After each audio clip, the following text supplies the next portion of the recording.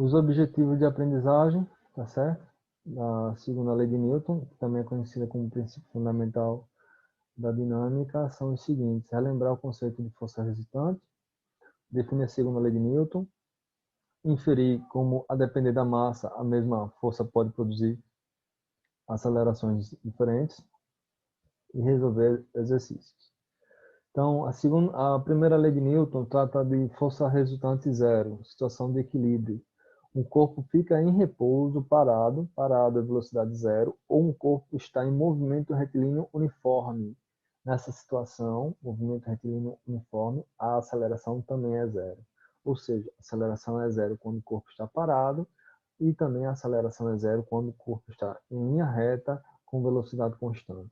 Isso é o que trata a primeira lei de Newton. Lembrando que quando o corpo está em repouso, parado, o equilíbrio é estático, e quando o corpo está em movimento retilíneo uniforme variável, em movimento retilíneo uniforme só, o tipo de equilíbrio é equilíbrio dinâmico. A segunda lei de Newton vai abordar um sistema, um corpo que possui aceleração, certo? Diz assim: se a força resultante que atua sobre uma partícula for diferente de zero, essa partícula terá uma aceleração diretamente proporcional à força resultante e inversamente proporcional à massa. Ou seja, quanto maior o valor da força, maior vai ser a aceleração.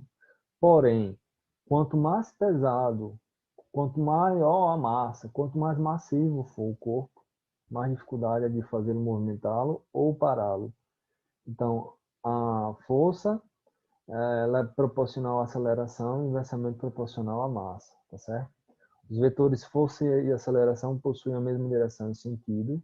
A gente pode perceber no movimento que a força é a causa que produz um movimento acelerado e a aceleração em si, que é a mudança da velocidade, é o efeito, é a consequência. Então, no primeiro caso, a gente tem um corpo em que a aceleração está no mesmo sentido da velocidade. Então, a força vai estar no sentido da aceleração e vai fazer com que, ao decorrer do tempo, a velocidade vá aumentando. Se no segundo caso a gente tem a velocidade, por exemplo, aqui para a direita, a aceleração para a esquerda, a aceleração contrária à velocidade vai fazer com que a velocidade vá diminuindo. E isso vai ocorrer porque a força está no sentido da aceleração, como se ele estivesse freando. Isso vai ocorrer até acontecer a inversão do sentido, né? Por exemplo, a gravidade, a aceleração da gravidade aponta para baixo. Você joga um corpo para cima, a velocidade para cima, mas a aceleração para baixo. À medida que ele vai subindo, vai perdendo velocidade até parar. E quando ele para, ele passa a cair, passa a ter velocidade no sentido da aceleração. Ocorreu a inversão do sentido. Então, a força resultante, a gente pode extrair o que ela nos informa. Essa equação força resultante igual a massa vezes aceleração, ela é válida primeiro para sistemas com massa constante. Todo corpo necessita da ação de uma força para iniciar um movimento, ou seja, para sair do repouso, ou para que o movimento seja alterado, a variação da velocidade e aceleração. Quanto maior a massa de um objeto, maior a força necessária para alterar seu estado, ou seja, tirá-lo do repouso ou alterar sua velocidade. Quanto maior for a variação da velocidade, ou seja, a aceleração que se deseja imprimir a um corpo, maior será a força necessária para isso. E muito importante lembrar que a aceleração adquirida vai possuir sempre a mesma direção e sentido da força resultante que atua no objeto, tá certo? Então lembra, em relação à massa, quanto maior for a massa, eu vou precisar de uma força mais intensa. E quanto maior for a aceleração do corpo, maior é a força que atua nele. A unidade de força é newtons, e para a gente ter a resposta em newton, a massa tem que estar em quilograma e a aceleração em metro por segundo ao quadrado. Então, newton é quando tem a massa em quilograma e a aceleração em metro por segundo ao quadrado, tá certo? O que significa um newton, né? O que significa estar sendo aplicado em um corpo newton de força. Então, newton de força é a intensidade de força que produziria numa massa de 1 kg, uma aceleração de módulo 1 metro por segundo ao quadrado. Você pegar um corpo que tem 1 kg e fazer com que a cada segundo sua velocidade aumente 1 metro por segundo. Então, isso aí é o conceito de força. A força produz a aceleração, a cada segundo aumenta 1 metro por segundo a velocidade dele, que é a força produz essa mudança de velocidade. Logicamente, a força está atrelada a uma aceleração. Vamos para um exercício? Exercício 1. Um corpo com massa de 2.000 gramas move-se em trajetória retilínea com aceleração constante, cujo módulo é 4 metros por segundo ao quadrado. Um corpo com massa de 2.000 gramas move-se em trajetória retilínea com aceleração constante, cujo módulo é 4 metros por segundo ao quadrado. Calcule a intensidade da resultante das forças que atuam sobre o corpo. Aí, para achar a força em Newton, essa massa aqui que está em gramas tem que converter para quilo. Então, a massa de 2.000 gramas, 1 quilo tem 1.000 gramas. 2.000 gramas são 2 quilos. E a aceleração é 4 metros por segundo ao quadrado. Aplicando a segunda lei de Newton, força resultante, massa vezes aceleração, a gente tem massa 2, aceleração 4. 2 vezes 4, 8. Como a massa está em quilos e a aceleração em metros por segundo ao quadrado, 8 newtons. Mais um exercício, exercício 2. Em cada caso representado a seguir, são aplicadas as forças F1 e F2 a um bloco de massa 2 kg, que estava horizontalmente em repouso sobre uma superfície horizontal sem atrito. Desprezando a resistência do ar, calcule em cada caso a aceleração adquirida pelo bloco, sabendo que a força 1 vale 20 newtons e a força 2 vale 12 newtons. A massa 2 kg, F1 20 newtons e F2 12 newtons. Então, na situação A, para achar a força resultante antes, estão se ajudando. Né? F1 e F2, mesma direção e sentido, estão se ajudando. Então, vai somar. No caso B, F1 e F2 não estão se ajudando, estão contrários. Então, vai subir para aí, para achar a força resultante. Então, continuando aqui. Isso aqui os dados anotados, F1 e F2. Certo? F1 e F2 aqui. Vou ajeitar aqui.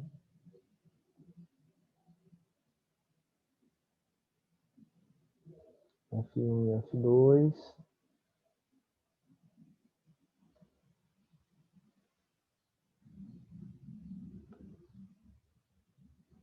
Pronto.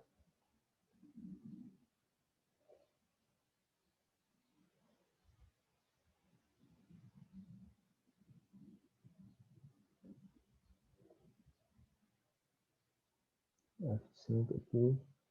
Pronto, F1 e F2 aí os dados. Correto agora. Então, no bloco da situação A, força resultante, eu sempre vou colocar força resultante é a soma das forças.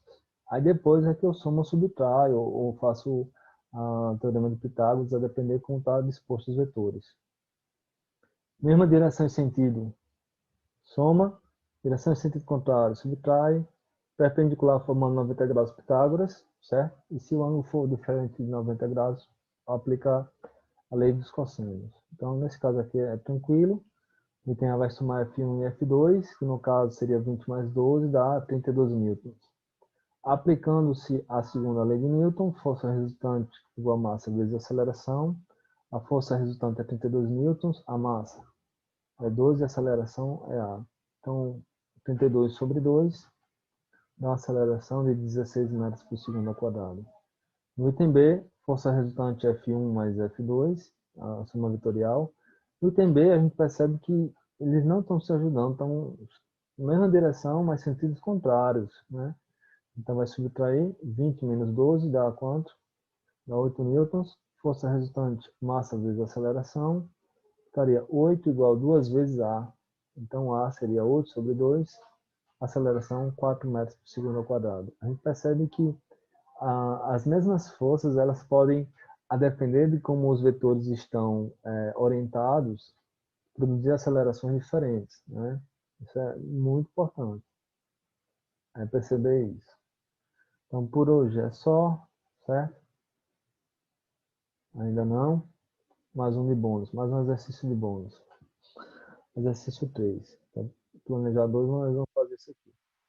Uma força de intensidade de 12 newtons é aplicada separadamente a dois corpos cujas massas são M1 e M2, produzindo neles acelerações 4,8 metros por segundo ao quadrado e 8 metros por segundo ao quadrado, respectivamente. Tá aqui, não só dos exercícios, esse aqui eu vou mandar para vocês, mas eu faço aqui.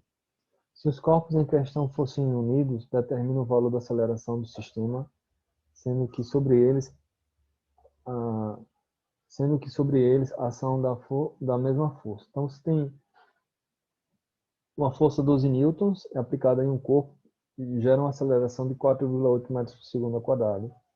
Essa força de 12 newtons é aplicada no segundo corpo e gera uma aceleração de 8 metros por segundo ao quadrado. E se esses corpos fossem um só, qual seria, a ação deles, sendo a força mesma, 12 newtons? A gente percebe o seguinte: se a mesma força, 12 newtons, para um corpo produz aceleração 4,8, para outro produz aceleração 8, a gente percebe que o corpo de 8 kg de aceleração 8 metros por segundo ao quadrado, ele é mais leve, né? Porque a mesma força ele tem uma aceleração maior. E o corpo com aceleração de 4,8 metros por segundo ao quadrado é um corpo que tem mais massa. Então eu vou aplicar a segunda lei aqui, né? Aqui são os dados. Nos dados aqui eu tenho a força mesma, aceleração 1, 2, e eu quero saber a aceleração para o conjunto, para quando o sistema fosse com a massa M1 e M2. Então, continuando aqui, eu vou achar as massas. F igual a M1 vezes A1, então M1 F sobre A1, 12 sobre 4,8, dá 12,5, 12,5 kg. Aí para o corpo 2, F, M2A2, M2 F sobre A2, 12 por 8, 1,5. Bateu com o que a gente pensou. O corpo que tem aceleração 8 tem menor massa. O corpo com aceleração 4,8 tem maior massa. A soma das massas, 12,5 mais 1,5, dá quanto? Da massa total, a massa do sistema, que é justamente os 4 kg. Agora eu vou achar a aceleração. Força resultante é igual a massa vezes a aceleração. Então, 12, a força resultante é 12, a massa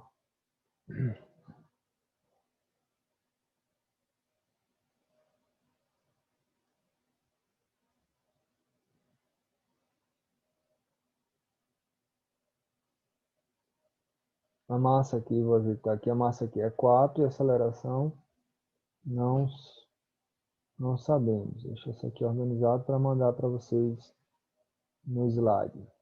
Deixa aqui um pouquinho. Show.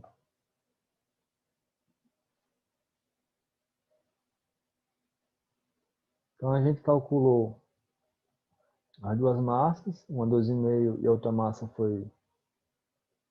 o valor foi 1,5. A soma delas, ok, bateu 4 kg. Aí aplico aqui, ó, força resultante é massa vezes aceleração.